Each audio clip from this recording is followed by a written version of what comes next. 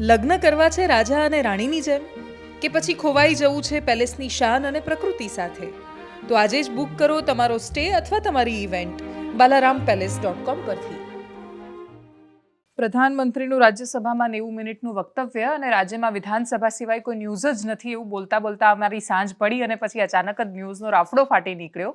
ગુજરાત રાજ્યના યુવાનો માટે ખૂબ મહત્વના એવા LRDના RR જાહેર થયા.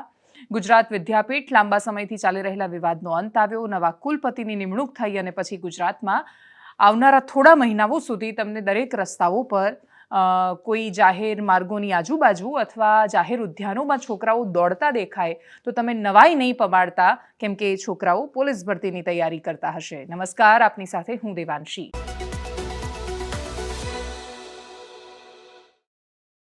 રાજ્યમાં સરકાર અધિકારિક રીતે નોટિફિકેશનની પત્રકારો માટે તૈયાર કરેલી પ્રેસ નોટ જાહેર કરે એની પહેલાં જ પત્રકારોએ એ પ્રેસ નોટ વહેતી કરી દીધી. બધા સુધી એ પહોંચી ગઈ, ઓફિશિયલી છે અને છતાંય હજુ અધિકારિક રીતે પબ્લિક ડોમેનમાં સરકારે વેબસાઇટ પર મૂક્યું નથી, પણ LRDના RR આવી ગયા છે. આ શૂટ કરી રહી છું ત્યાં સુધીમાં વેબસાઇટ પર નથી મુકાયું, કદાચ એના પછી મુકાઈ ગયેલું પણ હોઈ શકે.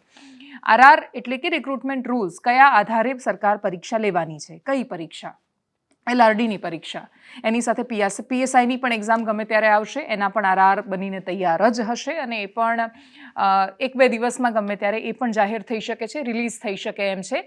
કદાચ બંને એક સાથે પણ મૂકવાના હોય, પણ પત્રકારોએ જે તે જગ્યાએ જોયું હશે અને પછી એ વહેતું કરી દીધું, તો પછી સામે આવી ગયું છે તો એને બહાર રાખવાનો કે છુપાઈ રાખવાનો કોઈ મતલબ હોતો નથી. RR આવી ગયા છે. છોકરાઓ માટે ખુશીની વાત છે.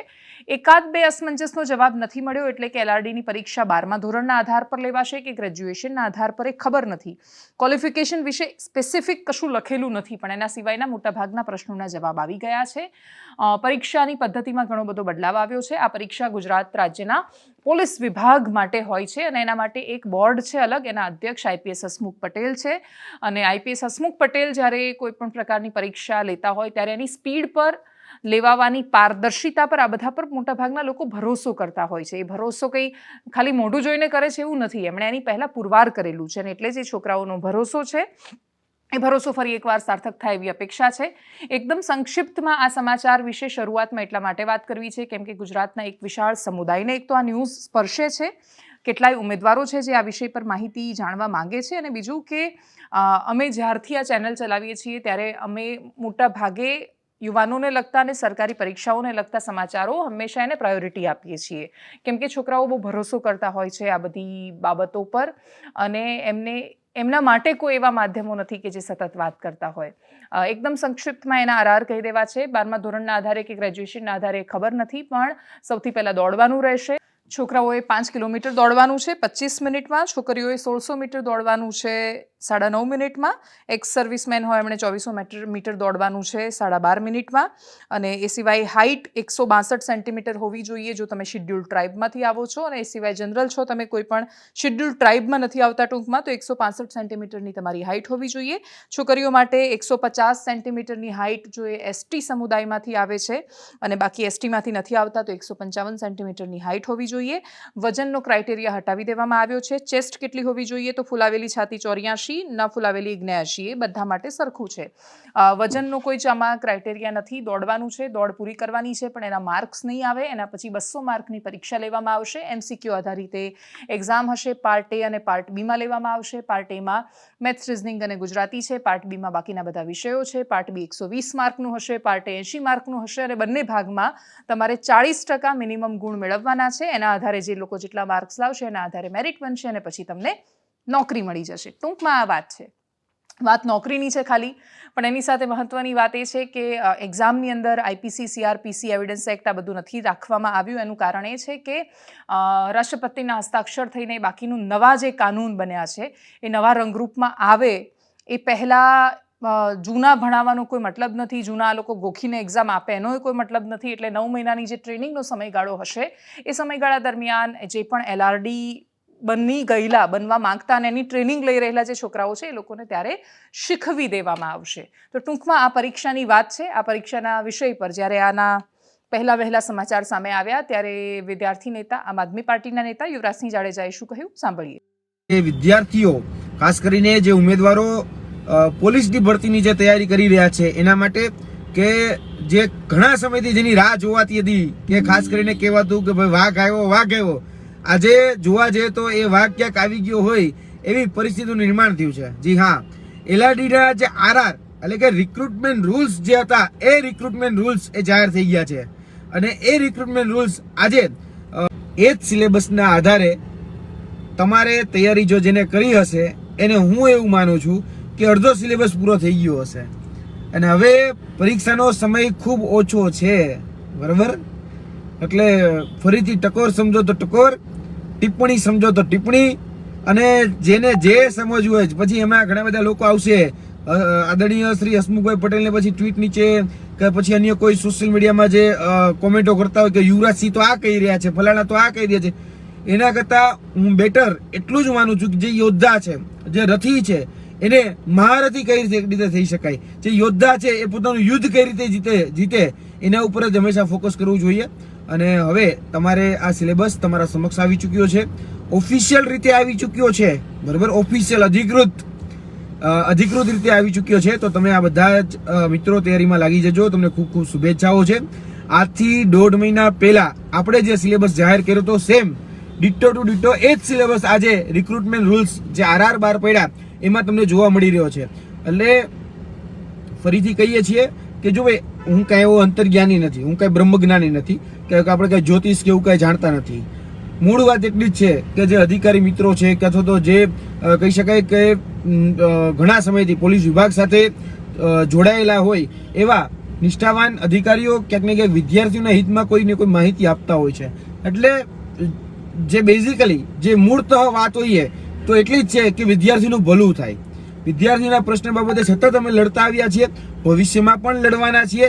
અને ઘણા બધા મુદ્દાઓ એવા છે કે જેને આવનાર સમયમાં હજી અમે ઉજાગર કરવાના છીએ, જેથી કરીને અત્યારે ઓનલાઈન સિસ્ટમ જે આવે છે એ, અને એની સાથે સાથે જે અન્ય જે પદ્ધતિઓ છે જેમાં ક્યાંક તમને લાગે છે કે ગેરરીતિ થઈ રહી છે અથવા તો ગેરરીતિ થવાની સંભાવનાઓ છે, એની ઉપર પણ અમે પ્રકાશ પાડવાના છે, એની ઉપર પણ અમે વાત મૂકવાના છીએ. એટલે આવનાર દિવસોમાં ચોક્કસ જે બીજી જે અન્ય ભરતીઓ છે, પીએસઆઈ, એએસઆઈ, અને સાથે પોલીસ વિભાગમાં જે જગ્યા સહિતની બાકીની જે નોટિફિકેશનની વાત છે એ પણ હું આવનાર વિડીયોમાં મૂકતો રહીશ. અત્યારે બસ વાત આટલી જ કે પોલીસના રિક્રુટમેન્ટ રૂલ્સ આરઆર જે છે, જેના ઘણા સમયથી રાહ જોવાતી હતી, એ આરઆર આવી ચૂક્યા છે. હવે જે મિત્રો ખરેખર ખાખી ધારણ કરવા માંગે છે, બરાબર, એ લોકો તૈયારીમાં લાગી જાય, કારણ કે તમારે 5 કિલોમીટર દોડવાનું જ છે, એ નક્કી છે. બીજા એક સમાચારની વાત કરીએ. ગુજરાત વિદ્યાપીઠમાં નવા કુલપતિના નામની જાહેરાત થઈ છે. એ નામ પણ ખૂબ મહત્વનું છે, એ જાહેરાત પણ ખૂબ મહત્વની છે. ગુજરાત વિદ્યાપીઠ મોટા ભાગના એવા લોકો કે જે ગાંધીવાદી રહ્યા છે, અનુયાયી રહ્યા છે, અને સ્વાયત્ત રીતે કામ કરતી સંસ્થામાં આરએસએસનો પગ પેસારો એ રીતે વારંવાર વિરોધ કરી રહ્યા છે. એ લોકો માટે આ સમાચાર ઝટકા સ્વરૂપ હશે અને એ સિવાયના લોકો માટે ખુશી આપનારા સમાચાર છે. ડૉક્ટર હર્ષદ પટેલ ભારતીય જનતા પાર્ટીના નેતા રહ્યા છે, મીડિયા વિભાગ સંભાળતા હતા, વર્ષો સુધી એમણે મીડિયા વિભાગ સંભાળ્યો. એમને આ કામ સોંપવામાં આવ્યું છે, કુલપતિ તરીકે એમની નિમણૂક કરવામાં આવી છે. આ પહેલાં ટીચર્સ યુનિવર્સિટી, અત્યારે ચિલ્ડ્રન યુનિવર્સિટીમાં પણ એ પોતાનો કાર્યભાર સંભાળી રહ્યા છે. શિક્ષણ સાથે એમ પણ સંકળાયેલા હતા. એના પછી એમને આ જ પ્રકારના કાર્યભાર આપવામાં આવ્યા. સૌથી પહેલાં જ્યારે એમને ટીચર્સ યુનિવર્સિટીનો કાર્યભાર આપવામાં આવ્યો ત્યારે એ વખતે વિવાદો થયા હતા, પણ જો કે વિવાદોથી ઉપર એમણે સફળતાપૂર્વક એ પોતાનો કાર્યભાર નિભાવ્યો. એના પછી ચિલ્ડ્રન યુનિવર્સિટીની પણ જવાબદારી છે, અને હવે ગુજરાત વિદ્યાપીઠના કુલપતિ બનાવવામાં આવ્યા છે. ગુજરાત વિદ્યાપીઠના વિદ્યાર્થીઓ, ત્યાંની વિદ્યાર્થી રાજનીતિ અને એ સિવાયના ગાંધીવાદી સંસ્થાઓ સાથે સંકળાયેલા માણસો એમનું કેવું વેલકમ કરે છે એની આપણને બધાને રાહ રહેશે. ગુજરાત વિદ્યાપીઠ ખૂબ મહત્વની છે, મહાત્મા ગાંધી સાથે સંકળાયેલી સંસ્થા છે. આચાર્ય દેવવ્રત ત્યાં વારંવાર જવા માંડ્યા, ઘણા બધા પ્રશ્નો થયા, અને પછી એવું કહ્યું કે કોઈએ કહ્યું કે રાજ્યપાલ કબજો કરી લેવા માંગે છે, કોઈએ કહ્યું આરએસએસ કબજો કરી લેવા માંગે છે. હવે આખરે કુલપતિની નિમણૂક થઈ છે, અને એમનું બેકગ્રાઉન્ડ પણ આરએસએસ, ભારતીય જનતા પાર્ટી સાથે જ છે. અને એટલે જ જે લોકો વિરોધ અત્યાર સુધી કરતા હતા એ લોકોનો વિરોધ સહન કરવાનો વારો આવે છે કે પછી ખૂબ સરસ રીતે ડૉક્ટર હર્ષદ પટેલનું સ્વાગત થાય છે, એ આપણે આગળના સમયમાં જોશું. હવે વાત કરીએ દેશની રાજનીતિની. પ્રધાનમંત્રી મોદી કાલે 99 મિનિટ સતત બોલ્યા હતા. આજે રાજ્યસભામાં 90 મિનિટ સતત બોલ્યા, પણ એ સતત બોલવામાં ચારેય બાજુ કોની આજુબાજુ ફરતું હતું આખું ભાષણ, તો એ કોંગ્રેસની આજુબાજુ હતું. એમણે એક મહત્વની વાત એ કહી હતી, કોંગ્રેસ પર ટીકા ટિપ્પણી કરતા એના વિશે બોલતા કેટલું ખરાબ કર્યું, એ ખરાબ કર્યું પણ છતાંય અમે દેશને બહાર લઈને આવ્યા, અમે દેશને બહુ જ સરસ રીતે આગળ પહોંચાડી રહ્યા છીએ, દેશ હજુ બહુ આગળ હોત, બહુ જ જબરદસ્ત હોત, પણ જો કોંગ્રેસે આ ન કર્યું હોત તો વગેરે વગેરે. આની આજુબાજુ જ ભાષણ રહેતું હતું. પણ એની વચ્ચે એમણે છેલ્લે કહ્યું કે એમણે બીજી એક આગાહી કરી. ગઈકાલે એમણે ભારતીય જનતા પાર્ટીનું કેટલું પરિણામ આવશે એની આગાહી કરી હતી. લોકસભામાં એમણે કહ્યું હતું કે ભાજપની 370 અને એનડીએની 403 બેઠકો આવશે. રાજ્યસભામાં આગાહી કરીને એમણે એવું કહ્યું કે કોંગ્રેસ 40માં સમેટાઈ જશે, 40થી ઓછી આવશે, 40 પણ નહીં મેળવી શકે. ટૂંકમાં એ કહેવા માંગતા હતા કે વર્તમાન સ્થિતિ કરતાં પણ કોંગ્રેસની આવનારી પરિસ્થિતિ ખરાબ થવાની છે. પછી એમણે થોડો દયાભાવ બતાવ્યો, પોતાની ચિંતા વ્યક્ત કરી અને દયાભાવ બતાવતા કહ્યું કે ડૉક્ટર ગમે તેટલું ઈચ્છે પણ જો દર્દી જ જાતે સાજો ન થવા માંડે તો શું કહી શકાય. આ પ્રકારની વાતો કંઈક કરી છે. પ્રધાનમંત્રી મોદીનું લોકસભાની અંદર સંપૂર્ણ રાજનૈતિક વક્તવ્ય રહ્યું છે. સાંભળીએ એના અંશોને. ये जब सुनता हूं, उधर भी सुना, इधर भी सुना, मेरा विश्वास पक्का हो गया है कि ये पार्टी सोच से भी आउटडेटेड हो गई है.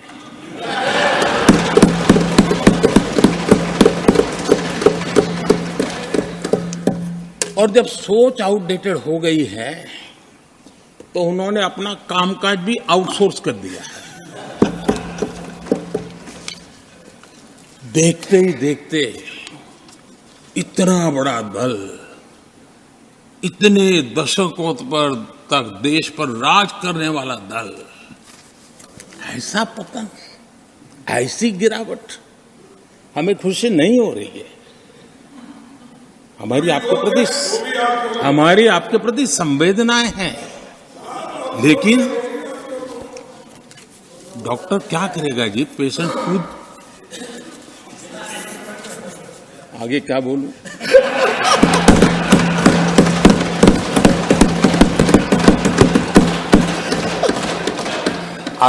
कांग्रेस ने नैरेटिव फैलाया और इस नैरेटिव का परिणाम क्या हुआ कि भारत की संस्कृति और संस्कारों मानने वाले लोगों को बड़े हीन भाव से देखा जाने लगा, ढकियानों से मानने लगा गया. और इस प्रकार से एक हमारे अतीत के प्रति अन्याय करने की नौबत आई. अपनी मान्यताओं को गाली देते हैं, अपनी अच्छी परंपराओं को गाली देते हैं तो आप प्रोग्रेसिव है. इस प्रकार के नैरेटिव गढ़े जाने लगे देश में, और उसका नेतृत्व कहां होता था ये दुनिया भली भांति जानती है. आज आत्मनिर्भर भारत की बात उनके मुंह से नहीं निकलती है. आज मेक इन इंडिया कोई बोलता है तो उनके पेट में चूहे दौड़ने लग जाते हैं. आदरणीय सभापति जी, देश ये सब देख चुका है और अब समझ भी चुका है, और उसी का परिणाम आप भुगत भी रहे हैं. क्यों जरूरत पड़ेगी उनको मैं तो नहीं जानता हूं, लेकिन अगर उनको जरूरत पड़ी है तो पहले जरा अपने गरिबान में झांके तो उनको पता चलेगा क्या किया है. दलित, पिछड़े और आदिवासी, कांग्रेस जन्मजात उनकी सबसे बड़ी विरोधी रही है. पब्लिक ऑफिस के मिसयूज को लेकर भारी गुस्सा है. इंस्टीट्यूशंस का मिसयूज कैसे होता था ये उस समय ये भी मैंने नहीं करा, ये उस समय के प्रधानमंत्री पद पर डॉक्टर मनमोहन सिंह जी कह रहे थे. उस समय भ्रष्टाचार को लेकर पूरा देश सड़कों पर था, गली गली में आंदोलन चल रहे थे. और उसके पहले और एक प्रधानमंत्री, उन्होंने ये कहा था कि दिल्ली से 1 रुपया जाता है 15 पैसा पहुंचता है. सुधार, बीमारी का पता था, सुधार करने की तैयारी नहीं थी. और आज बातें तो बड़ी बड़ी की जा रही है. कांग्रेस के 10 साल का इतिहास देखिए. फ्रेजाइल 5 इकोनॉमी में दुनिया में कहा जाता था, मैंने दुनिया कहती फ्रेजाइल 5, पॉलिसी पैरालिसिस, ये तो उनकी पहचान बन गई थी. और हमारे 10 वर्ष टॉप 5 इकोनॉमी वाले.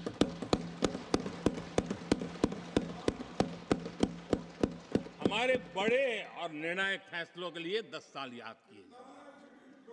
आदरणीय सभापति जी, हम उस कठिन दौर से बहुत मेहनत करके, सोच समझ करके देश को संकटों से बाहर लाए हैं। ये देश ऐसे ही आशीर्वाद नहीं दे रहा है। સદનસીબે લોકસભા અને રાજ્યસભાના વિડીયોઝ આપણી સામે આવતા હોય છે તો આપણને ખબર પડતી હોય છે, સામાન્ય માણસો સુધી એ વાત પહોંચતી હોય છે કે લોકસભા અને રાજ્યસભામાં શું થયું. ગુજરાતની વિધાનસભામાં વર્ષોથી પ્રધાનમંત્રી જ્યારે મુખ્યમંત્રી હતા ત્યારથી બધી જોગવાઈઓ બંધ કરેલી છે, એટલે પત્રકારો જોઈ શકે છે, જાણી શકે છે, કહી શકે છે. વિધાનસભામાં ઘણું બધું એવું થાય છે કે જે ઘણીવાર બહુ હળવી શૈલીમાં પણ કહેવાતું હોય છે, ઘણીવાર કટાક્ષ થતા હોય છે, એકબીજા પર આક્ષેપ પ્રતિ આક્ષેપો પણ થતા હોય છે, પણ એ વાતો મોટાભાગે સામે નથી આવતી. પાટણના ધારાસભ્ય કિરીટ પટેલ, એમણે ગીતાજીના શ્લોક કહીને કહ્યું કે ભણવું તો અમારે છે, સંસ્કૃત પણ ભણાવશે કોણ, કેમ કે શિક્ષકો નથી. છોકરાઓ ટ્વિટર પર લખી રહ્યા હતા કે શાળામાં ગુરુ નથી અને પછી નીકળ્યા છો વિશ્વગુરુ બનાવવા માટે. આ પ્રકારના કટાક્ષોની વચ્ચે શિક્ષણ વિભાગ વિશે વારંવાર ઘણી બધી વાતો કહેવાઈ રહી હતી. એ સિવાય અમિત ચાવડાએ પણ ઘણા બધા ગૃહમાં પ્રહારો કર્યા હતા. 5.70 લાખ બાળકો કુપોષિત છે એ વિષય પર એમણે વિધાનસભાની બહાર આવીને પણ વાત કરી હતી. એ સિવાય શિક્ષણ મંત્રી અને સચિવની વચ્ચે જે ખબર નહીં એમાં કશું મિસકમ્યુનિકેશન થયું હશે ગઈકાલમાં, એના પણ પ્રશ્નો હતા, એના વિશે પણ વાતો હતી, ઘણી બધી ટીકા ટિપ્પણીઓ થઈ. આપણી પાસે, અમારી પાસે તમને બતાવવા માટે એ છે જે વિપક્ષ કે પછી સત્તા પક્ષ વિધાનસભા ગૃહની બહાર મીડિયા ગેલેરીમાં આવીને જે કહેતા હોય છે, એટલે એના જે અંશો છે અમારી પાસે, એ સાંભળો તમે. આ ડબલ એન્જિન સરકારમાં બેઠેલા લોકોને એમના મળતિયાઓ પોષિત થયા છે અને ગુજરાતના બાળકો વધુ કુપોષિત થઈ રહ્યા છે. આજે પ્રશ્નોત્તરી કાળમાં અમારા ધારાસભ્ય માન્ય વિમલભાઈ ચુડાસમા, અમારા ધારાસભ્ય માન્ય અરવિંદભાઈ લાડાણીના જે પ્રશ્નો આવ્યા અને અમે જે આખા પ્રશ્નોત્તરીનું સંકલન કરીને માહિતી તૈયાર કરીએ, ચોંકાવનારી છે. એક તરફ સરકાર દ્વારા છેલ્લા 2 વર્ષની જ વાત કરીએ તો લગભગ 10,715 કરોડ રૂપિયાની જોગવાઈ આ વિભાગ માટે કરવામાં આવી અને એની સામે જે પરિણામો જોવા મળ્યા એ ખરેખર દુઃખદ છે અને ખૂબ ગંભીર છે. કારણ કે જે આંકડા છે એ મુજબ જોઈએ તો 2018માં ગુજરાતમાં કુપોષિત બાળકોની સંખ્યા 33 જિલ્લામાં 1,18,041 હતી, જે સરકારના રેકોર્ડ મુજબ છે. ત્યાર પછી ફરી એની સમીક્ષા કરવામાં આવે તો 30 જિલ્લાઓમાં 31/12/2022ની સ્થિતિએ, એટલે 18 પછી 4 વર્ષ પછી કુપોષિત બાળકોની સંખ્યા વધીને 1,25,900 થઈ અને હવે છેલ્લે અચાનક એક જ વર્ષમાં એવું તો શું થયું કે જેથી કરીને કુપોષિત બાળકોની સંખ્યા 1,25,900 થી વધી 4 ગણી વધીને સીધી 5,70,000 જેટલા કુપોષિત બાળકો આજે ગુજરાતના 30 જિલ્લાઓમાં છે. એનો સ્પષ્ટ મતલબ છે કે 2 વર્ષમાં 10,000 કરોડ રૂપિયાનું બજેટ ફળવાય છે અને તેમ છતાં કુપોષિત બાળકોની સંખ્યા 4 ગણી વધીને 5,70,000 થાય છે. અનેક બાળકો કુપોષણને કારણે મૃત્યુ પણ પામ્યા છે. અને બીજી બાજુ Gujarat model, Gujarat growth engine છે, ડબલ એન્જિનની સરકાર છે, એવા જાહેરાતો, ઉત્સવ ને તાઇફા પાછળ રાજ્ય સરકાર. આજે પણ અમે પ્રશ્નોત્તરીમાં પ્રશ્ન પૂછ્યો કે આ એક જ વર્ષમાં 4 ગણી કુપોષિત બાળકોની સંખ્યા વધવાના કારણો શું, તો એમની પાસે કોઈ જવાબ નથી. અને ખાસ કરીને જ્યારે મંત્રી મહિલા બાળ વિકાસના જે વિસ્તારમાંથી, રાજકોટમાંથી ચૂંટાઈને આવે છે, એ બહેનના જ વિસ્તારમાં જોઈએ તો 2018માં કુપોષિત બાળકોની સંખ્યા 2,400 હતી, જે આજે 2024માં વધીને 15,573ની થઈ ગઈ છે. એટલે 2,000થી વધી અને સીધી 15,000એ પહોંચી. જો મંત્રીના જિલ્લામાં આ પરિસ્થિતિ હોય, આખા ગુજરાતમાં આ પરિસ્થિતિ હોય, તો એની પાછળનું એક જ કારણ હોઈ શકે કે પ્રજાના પડસેવાના ટેક્સના પૈસા જે આપણે ગુજરાતના બાળકો કુપોષિત ના રહે, તંદુરસ્ત બને, ભવિષ્ય એનું ઉજ્જવળ બને, એક સશક્ત ગુજરાત બને એટલા માટે આ ફાળવીએ છે. એ પૈસા, ઉત્સવો, તાઇફા, જાહેરાતો અને ભ્રષ્ટાચારમાં ચવાઈ જાય છે. બાળકો સુધી એને જે કુપોષણમાંથી બહાર લાવવા માટે આહાર ને એના વિટામિન્સ આપવા જોઈએ એ પ્રક્રિયા થતી નથી. ફક્ત ને ફક્ત ભ્રષ્ટાચાર થાય છે એ આંકડાઓ પરથી સ્પષ્ટ રીતે ફલિત થાય છે. છેલ્લા 3 દાયકાથી ભારતીય જનતા પાર્ટીની સરકાર ગુજરાતમાં છે. માનનીય નરેન્દ્રભાઈ અહીંયા મુખ્યમંત્રી હતા અને આજે દેશના વડાપ્રધાન બની ગયા. કેટલાય લોકો સ્કૂટર પર ફરતા હતા અને આજે મોટી ગાડીઓમાં ફરતા થઈ ગયા. તેમ છતાં ગુજરાતમાં કુપોષણ દૂર થયું નથી. બાળકો જે કુપોષિત છે, જે આપણા બધા માટે શરમજનક છે, ચિંતાનો વિષય છે, આપણા ગુજરાતના ભવિષ્ય સાથે જોડાયેલો વિષય છે, ત્યારે એ બાળકોની સંખ્યામાં એક જ વર્ષમાં 4 ગણો વધારો થાય અને પૂરતું બજેટ ફાળવ્યા પછી પણ વધારો થાય એનો સ્પષ્ટ મતલબ છે કે જે બજેટ ફળવાય છે એ બાળકોનું કુપોષણ દૂર કરવાને બદલે સરકારમાં બેઠેલા લોકો અને એમના મળતિયા કોન્ટ્રાક્ટર અને અધિકારીઓનું કુપોષણ દૂર કરવામાં વપરાય છે. અને એ પૈસાના ભ્રષ્ટાચારને કારણે જે પૈસા બાળકોના કુપોષણ દૂર કરવા વપરાવા જોઈએ એ પૈસા એમના ખિસ્સામાં જાય છે અને બાળકોનું કુપોષણ વધી રહ્યું છે, એની સંખ્યા વધી રહી છે. એ આપણા સૌના માટે ચિંતાનો ને શરમજનક. રાજ્યની વિધાનસભામાં દરેક વખતે જ્યારે સત્ર ચાલતું હોય ત્યારે પ્રશ્નો ઉઠે, પ્રશ્નોની અંદર સરકાર જવાબ આપે, આંકડાઓ સામે આવે, વિપક્ષ પ્રહાર કરે, અતિશય રૂટીન છે આ બધું. જે લોકો વિધાનસભા કવર કરે છે એ પણ મોટાભાગના લોકો જાણે છે. એમને પણ ખબર છે કે કયા ન્યૂઝને બ્રેકિંગ બનાવીને આપવાના છે. બધું જ જાણે એક ચોક્કસ સિસ્ટમમાં ગોઠવાઈ ગયું છે. એ સિસ્ટમને કોઈ હલાવવાની ખાસ કોશિશ નથી કરતું. કોઈ એવું નથી વિચારતું કે આપણે જેને આંકડાઓના સ્વરૂપમાં જોઈએ છે ખાલી આંકડા નથી, એ બાળકો છે. જે લોકો ખાલી આંકડાઓના સ્વરૂપમાં જોવાય છે કે આટલા ઓરડા બાકી છે ને આટલાની ઘટ છે, એ લોકો નથી વિચારતા કે શાળાનો બનેલો એક ઓરડો કેટલા બાળકોના જીવનને એની સાથે સાંકળી દે છે. તમે જ્યારે પોતાની કોઈ જૂની શાળામાં જાઓ છો તો તમારી પણ યાદો જોડાયેલી છે. બાળકનું ઘડતર શાળામાંથી થાય છે. પ્રાથમિક, માધ્યમિક આ બધી જ શાળા માણસ પોતાના જીવનના સૌથી મહત્વનું જેમાં એની કેળવણી થાય છે, શીખે છે, એ કેવો માણસ બનશે તો એ શાળાઓ નક્કી કરે છે. એવી જગ્યાઓને પણ જો આપણે મહત્વ ન આપી શકીએ તો પછી આપણા માટે બહુ ગંભીર પ્રશ્ન છે. વિધાનસભાની ચર્ચાઓ અમે ક્યારે તમને બતાવી શકીશું એ ખબર નથી. સરકારો તો મોટાભાગે મૂડમાં છે નહીં, એટલા માટે એના વિડીયોઝ આવતા નથી. લોકશાહીના ધબકારા સ્વરૂપે ટીવી ચેનલ પર તમે ઘણીવાર જોતા હોવ છો. પણ એ સિવાય ઘણી બધી એવી વાતો છે બહુ ટ્રાન્સપરન્સીથી, જેવી રીતે લોકસભા અને રાજ્યસભાની ઘણી બધી વાતો એટલીસ્ટ એ જે બતાવવા માંગે છે એ લાઈવ પ્રસારણ પણ જો પહોંચી જાય પછી એને હટાવી દેવામાં આવે ત્યારે ભલે ન આવે, પણ એ સિવાયની વાતો જ્યારે આવતી હોય છે ત્યારે બધી જ વાતો સતત ક્યારેક આપણને જાણવા મળે એવી અપેક્ષા સાથે એનાલિસિસમાં અત્યારે બસ આટલું જ. નમસ્કાર.